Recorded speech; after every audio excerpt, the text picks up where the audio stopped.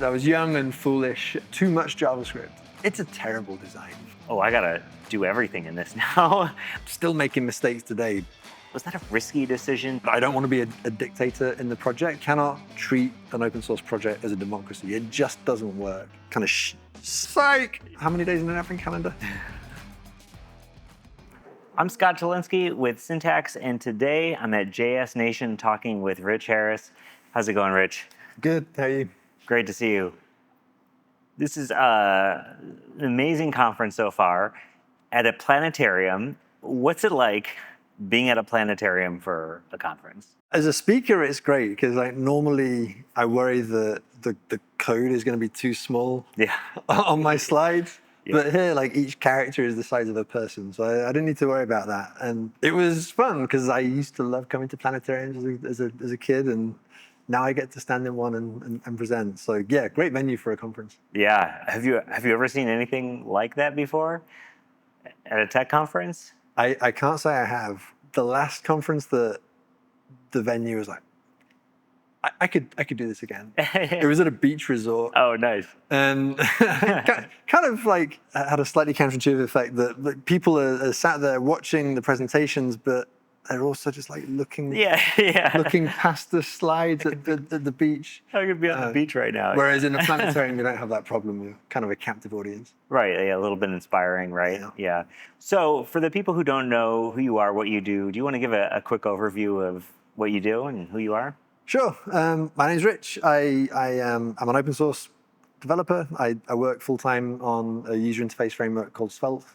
It's my full-time gig now. My career history is that my background is in journalism, and I've been doing open source things for a long time. I made the first version of the Rollup module bundler.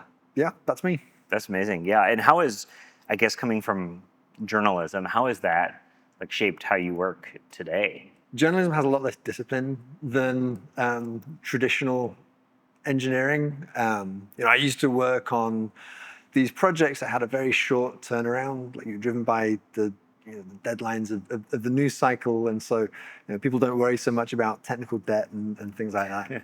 And it's kind of eye-opening to be working in an organization that takes engineering discipline very seriously.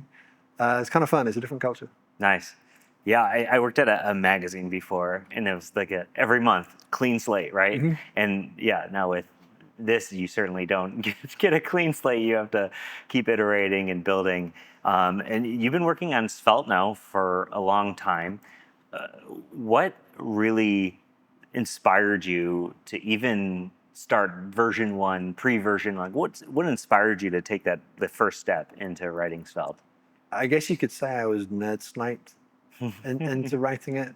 There was a lot of talk back then. So we're talking about 2016. It's hard to imagine now, but back then people were sort of talking about, mobile is going to be the next big thing. A lot of web traffic was still on desktop, and a lot of the tools that were built to build websites were based on the assumption that people were going to be using them on desktop. And that was becoming no longer true around that time. And it was a problem that people were shipping large amounts of JavaScript to the browser. And I remember Alex Russell in particular, the bête noire of the JavaScript industrial complex, really kind of driving home that this is a problem, that it's too much JavaScript. And so as someone who had previously written a framework that was one of the offenders, I kind of felt like I had a moral duty to try and make it right. At the same time, my experience from working on projects like Rollup had given me some ideas about what you could do with code transformations to attack the problem of building a UI framework in a slightly different way by taking this compiler mindset and applying it to this problem space. And so that's how it started out. It was kind of an experiment. It was kind of atonement for my sins. Just really wanted to see, can we do a framework with drastically less JavaScript? And it turned out that yes, we can. That's amazing. I didn't even think about how Rollup could have informed Svelte.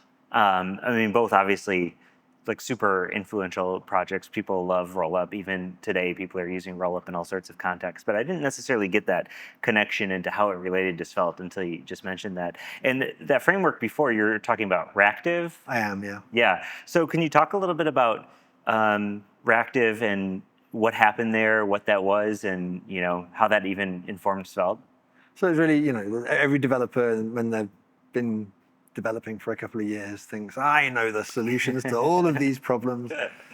And that was me. I was young and foolish, and I was trying to build the thing that I wished I'd had 6 months earlier at each step of the way.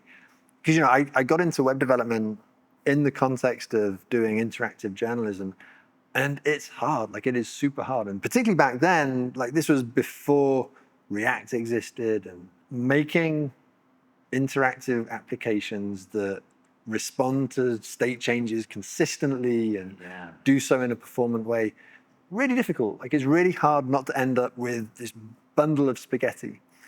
And so, I started building this thing for myself, to make my own job easier and to sort of codify the things that I had learned. And I gave a presentation about it at a conference at MozFest in London back in, 2013, I guess. Yeah, wow. And off the back of that, like, it got a tiny little audience, and that turned into a sort of a self-sustaining community. And that project, it kept going for 3 or 4 years, in spite of the fact that I had absolutely no idea what I was doing.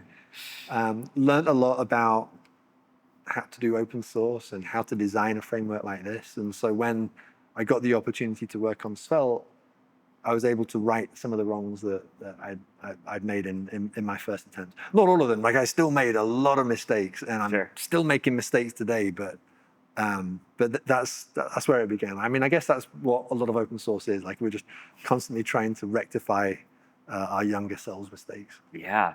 And so in your mind, Ractive, was that a success, or would you say that, like, that project died and that gave birth to Svelte or anything like that, or did it just run its course? For what it was, I think it was a success. Like, I don't treat it as a failure, even though it certainly didn't go mainstream. I mean, it was used on a few sites, and we used it extensively. My team on The Guardian, and there were a few other news places that used it. But yeah, it never gained the kind of traction that it would have needed to survive in the long term. And that's a good thing, because the ideas just weren't strong enough. Yeah. And in that, like, did any of the ideas from that carry over into Svelte 1? Like, when you picked up to write Svelte 1, how much of that did you bring along in terms of? A lot. Yeah. A lot. The design of Ractive. So Ractive created this idea called single file components, which are now fairly commonplace in a few different frameworks. And this idea that you have, like, an object that you export from the component, and that contains, like, this grab bag of your data and your components and your transitions and whatever else. And then that becomes the component's interface. It's a terrible design, but I don't know, it kind of made sense. And so when I started working on Svelte, I wasn't really thinking about what's the right way to design this. I just thought, I want to make a better version of this, and I want it to be something that's familiar enough that, like, I can use it in my day job and my teammates can use it in the day job. Otherwise, what's the point? So that's where it began. It just inherited a lot of the design mistakes, because, like, fixing them wasn't the priority. Yeah. The priority was to think about how we can make things faster and smaller and all those other things. It wasn't until Svelte 3 that we started thinking really seriously about, okay, what should the experience of authoring components be like? Yeah, I personally, I first tried Svelte in Svelte 2, and it wasn't until Svelte 3 that I'm sure, like myself and a lot of other people, really started paying attention to it. How did you get to that version 3, arrive at some of those ideas so solidified? Because Svelte 3 was, like, really pretty groundbreaking when it came out. Yeah, it kind of started on Twitter. People were talking about React hooks and, like, what other frameworks can take from inspiration from React hooks. And I was always a little bit of a hooks skeptic. Like, there's a lot about React hooks that I still find a little bit wonky, but it was clearly big step up in developer experience from the class-based components that React had before. And as we got into talking about this on Twitter, like people would like batting ideas back and forth, and it suddenly occurred to me that we can do way better than Svelte 1 and 2 because we're a compiler. And because we're a compiler, because we have this much larger design space, because we're not constrained by the rules of JavaScript, we can think a little bit more holistically about like what should the experience of writing a component be? And then we can work backwards from there to figure out the implementation. And in so doing, like maybe we can come up with something that people find nicer to use than React hooks. So again, I guess you could say that we were nerd sniped into it again. And we went into Discord and we had this months-long process of just batting around the craziest ideas that you could think of. The crazier, the better. Really? And eventually we settled on a surface area that we felt good about.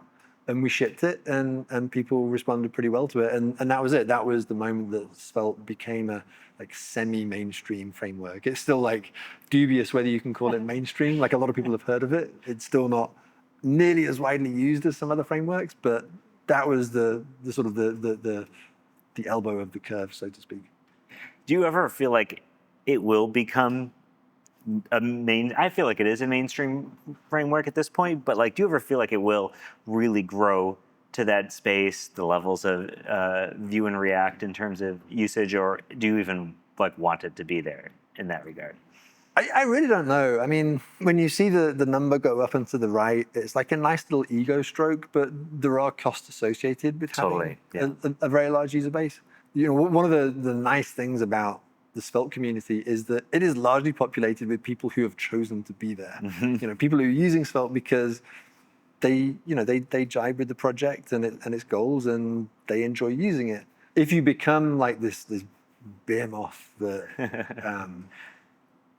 everyone's using it whether they want to or not, then all of a sudden you're dealing with a very different audience and you have very different demands on your time. I want the project to be sustainable, and sustainability kind of implies growth. If people aren't using it in greater numbers, then do I still get to work on it? Maybe not. We don't work on Svelte for the sake of adoption. We work on it because we have an idea in our heads about what the right way to build web apps is, and Svelte is our expression of that.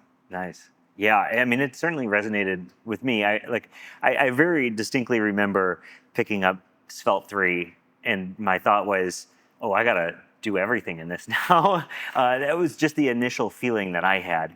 And sure enough, I did. I moved my site over there. I moved my business's site over there. We built syntax on Svelte and SvelteKit.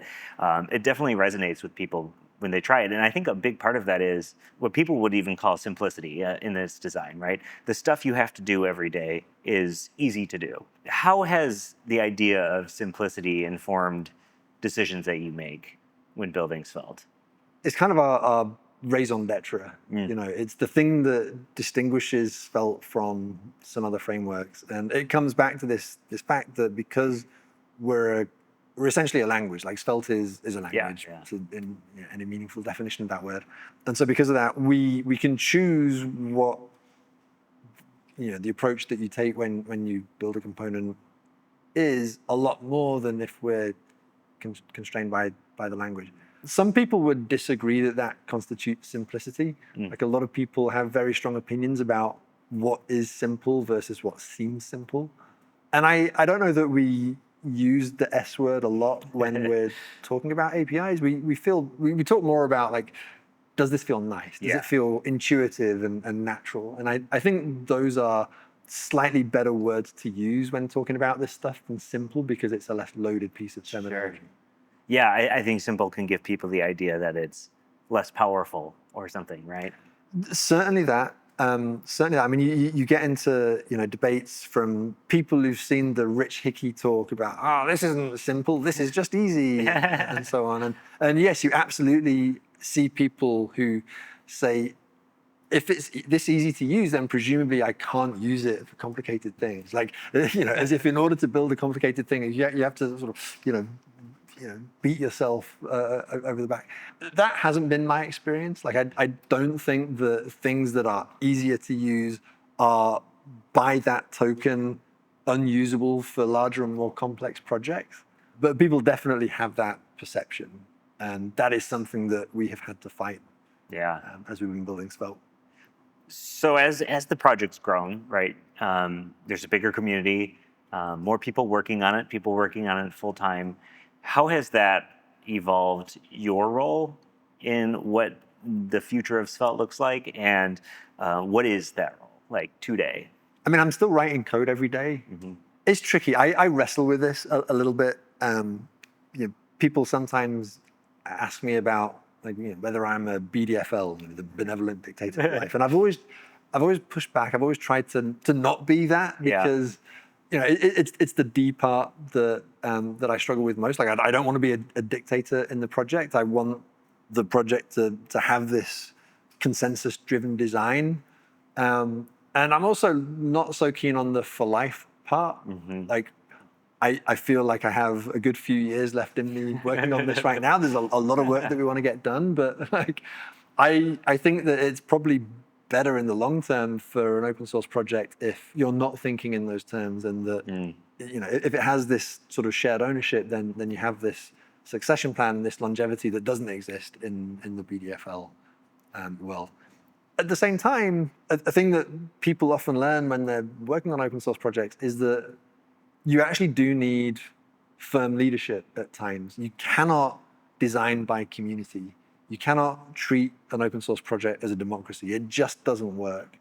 And so there are often times that I will semi-reluctantly sort of be the person making executive decisions about what to do. And I try not to play that card unless I need to, but that is definitely part of my role, is sort of being the final say about what goes into the project. Yeah, I mean, I think you have such a wide view of the project, being the fact that you wrote it, that you probably have a unique perspective on it that people suggesting ideas might not even have. So that voice is probably very important in the process. So when you first started Svelte, obviously Svelte 3 came out, and then I believe Svelte 4 came out. I mean, Sapper was in there somewhere, Sapper being the meta framework that first came for Svelte, but then SvelteKit came. Was that before or after Svelte 4? SvelteKit came first. SvelteKit came first. Did you have the idea for a meta framework around the time that you started building Svelte itself, or was that just come out of the needs of the project, right? It came out of my needs working at the New York Times primarily. I was working on the investigations team at the Times, and I was using Svelte for the graphics that would go in, like the explanatory graphics and the data visualizations and things that would go in the stories that we were producing. But on the back end, we're having to do a lot of like data-driven reporting and things like that. And so we were building bespoke tools to do that reporting, and I kept having to solve the same problems again and again and again. And I started codifying some of that stuff, and I realized that, we could make like a Svelte version of Next.js, essentially. And so the first version of that became Sapper. That was our first attempt at building an application framework. And as with Svelte version 1, like it largely reflected our naivety in understanding what that would need to look like. It also reflected the time in which it was built. Like it was Rollup and Webpack centric. You could choose one of those two bundlers, and you could either create a standalone Node app or you could build a completely static site. And there's nothing in between. There was no support for edge functions, and serverless and Cloudflare workers and all these sorts of things. And so that's where the need for SvelteKit arose. So Sapper was, I think, like 2017 to 2019, it kind of fizzled out. And then 2020 was when we started working in earnest on SvelteKit. Why start over with SvelteKit instead of like Sapper 3 or Sapper 2? I forget where the version was at for that. It was version 0.2 or something like that. We never made it to a stable 1.0 release. And that was, I think the reason it was just impossible to make any headway on that code base, because it had baked in so many legacy assumptions. And often, it's easier to just start again, start from scratch. And that's what we did with the Greenfield code base. Rather than trying to take all of the ideas that we had for what an application framework should look like and try and cram them into this code base that no one really enjoyed working in anymore, it made more sense to start from scratch. And fortuitously enough, this was happening around the time that Snowpack came into being and Vite, and those two projects were competing with each other and informing each other. And it was the perfect moment for an application framework to build itself on top of one of these things and like really sort of redefine what the developer experience of using one of these things should be like. You know, you've got hot module reloading built in. You've got instant startup because all of the transformation is happening lazily. And it was just fortuitous. It just made sense that we would start again from scratch on this new foundation. Yeah, I remember distinctly when, because it was Snowpack, right? It started in Snowpack, and when you announced that you were moving to Vite, that was a big moment, I think, for a lot of people. Was that a risky decision? Did you feel any sort of intense feelings about making that choice, or was that an easy choice in your mind? The reason that was a difficult choice was because Fred Schott is a lovely man, and I didn't want to upset him. You know, I think that's the honest truth of it. We'd trialed both, and we'd seen what it was going to look like to continue building on both of these platforms, and Vite was just a better choice, and there was really no question in our minds about that. It was the architecture just fit our needs better, and it was faster, and you could use Rollup plugins and all of these sorts of things.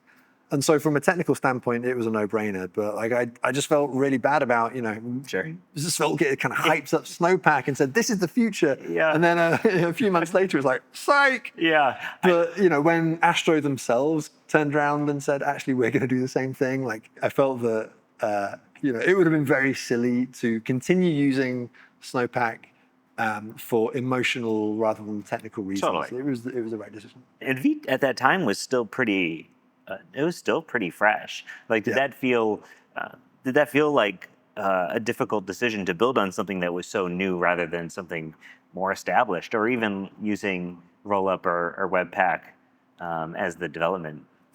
I mean, I think because Vite is kind of built on top of Rollup, in a sense, like the production builds are built on top of Rollup, and then in development, like it assimilates the Rollup API. Because of that, it felt quite familiar to a lot of people in the Svelte community, myself included. It just seemed like something that we were going to be able to build on top of. And getting in early, it kind of felt like we were going to be able to help shape the direction that it took in a positive way. And also, you know, it was started by Evan.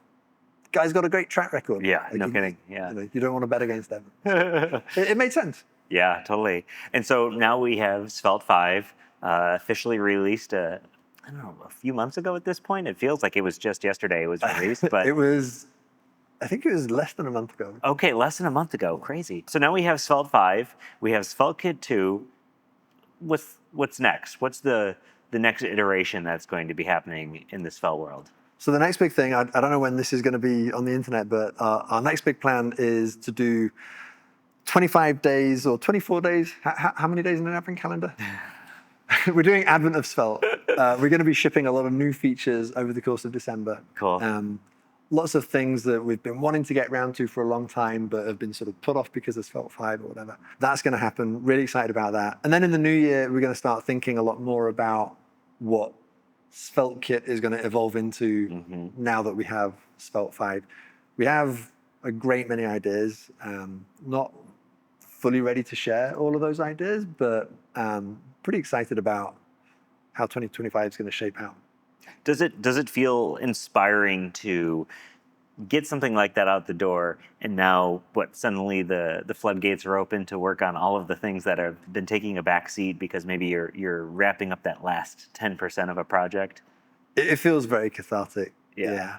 The crunch before getting that shipped was pretty intense, and since then it's felt pretty nice. And you know, some of the things that we're working on now feel so overdue, and I'm really excited for people to be able to start using them.